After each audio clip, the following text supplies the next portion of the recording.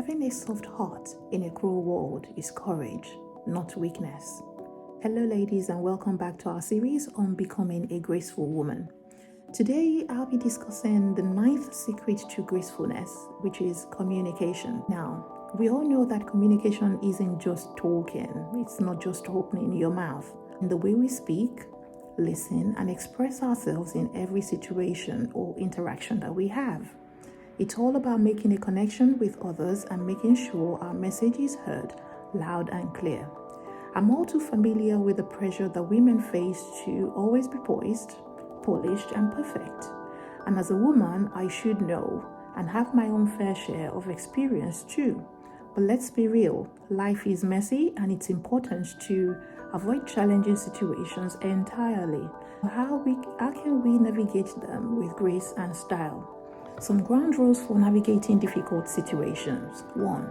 Know the tipping point. Yes, you need to know your own cues for when a healthy, lively debate is tipping into a more precarious direction. 2. Know what an unhealthy relationship looks like, especially for you. We're not discussing narcissistic or domestic violence relationships here. No. For everything else, let's dive in. Get to empathy and create bridges. Now, you may have empathy by taking a more impartial stand on a particular topic or debate. Let the other person air their grievance. Make sure they feel heard and that they can get things off their chest or issues that they may have.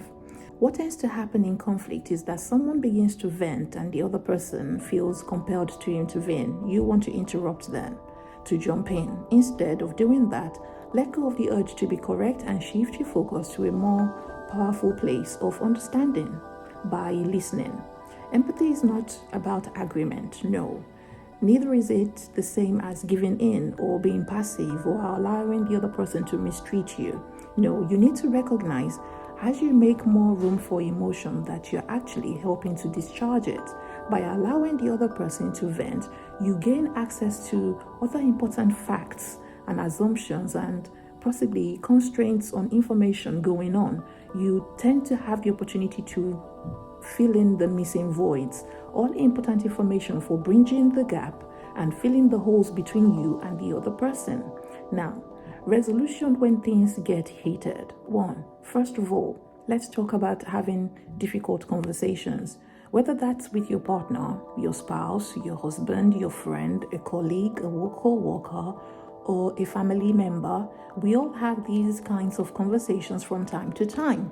So what are some tips for handling them gracefully? One thing I always recommend is to approach heated conversations with an open mind and an open heart.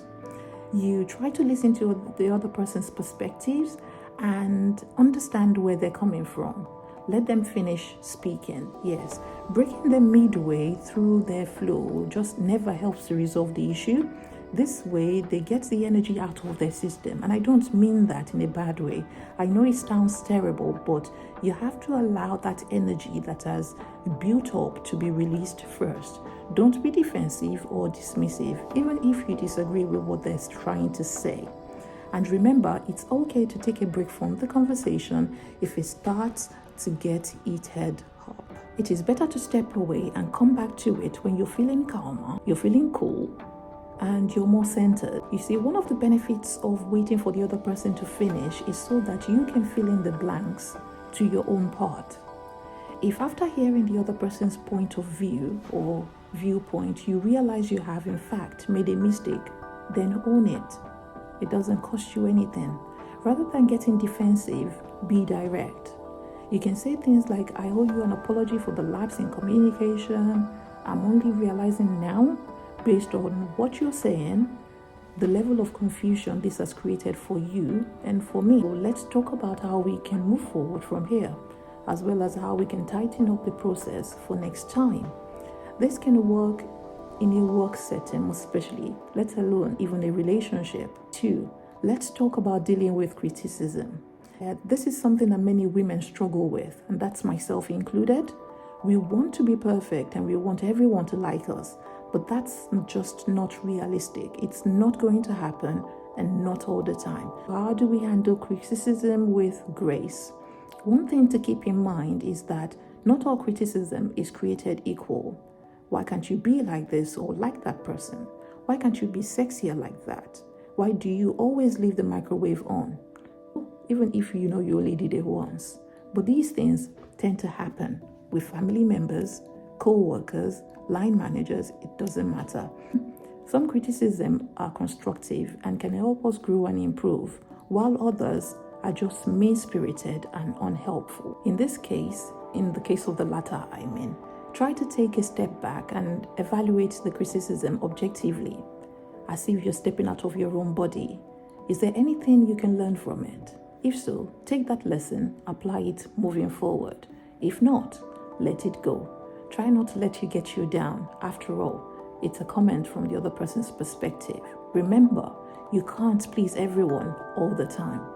Next, it's important to choose your words wisely. You see, words can be weapons and they can also be medicine. Yes, they lift up, they can tear down. So when speaking, make sure to choose words that are kind, understanding, and positive. And if there's a situation where you need to express your disappointment or frustration, try to do so in a calm and composed manner. I know it's hard, but it is possible. Push yourself to learn it. It is very possible. Along with using our words, show that you care. You see, in order to show you care, you have to be calm, right? Staying calm doesn't mean being passive or giving in. In fact, the other person may need to hear through your words and see through your body language that you connect to their sense of urgency or concern for that burning issue.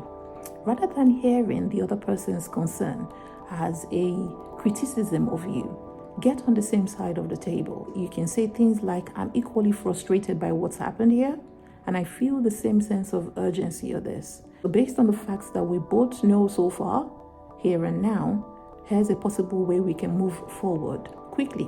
What do you think about it? Or you can try, I'm just as frustrated as you are. So what can we do about this? Now, say you didn't get to the point and you blew up anyway. Now, say you didn't get to this point and you blew up before everything I mentioned made sense. You see, the heated exchange has already occurred and you've said something you now regret. Or you got stuck on winning a point and you lost sight of that bigger picture. What do you do?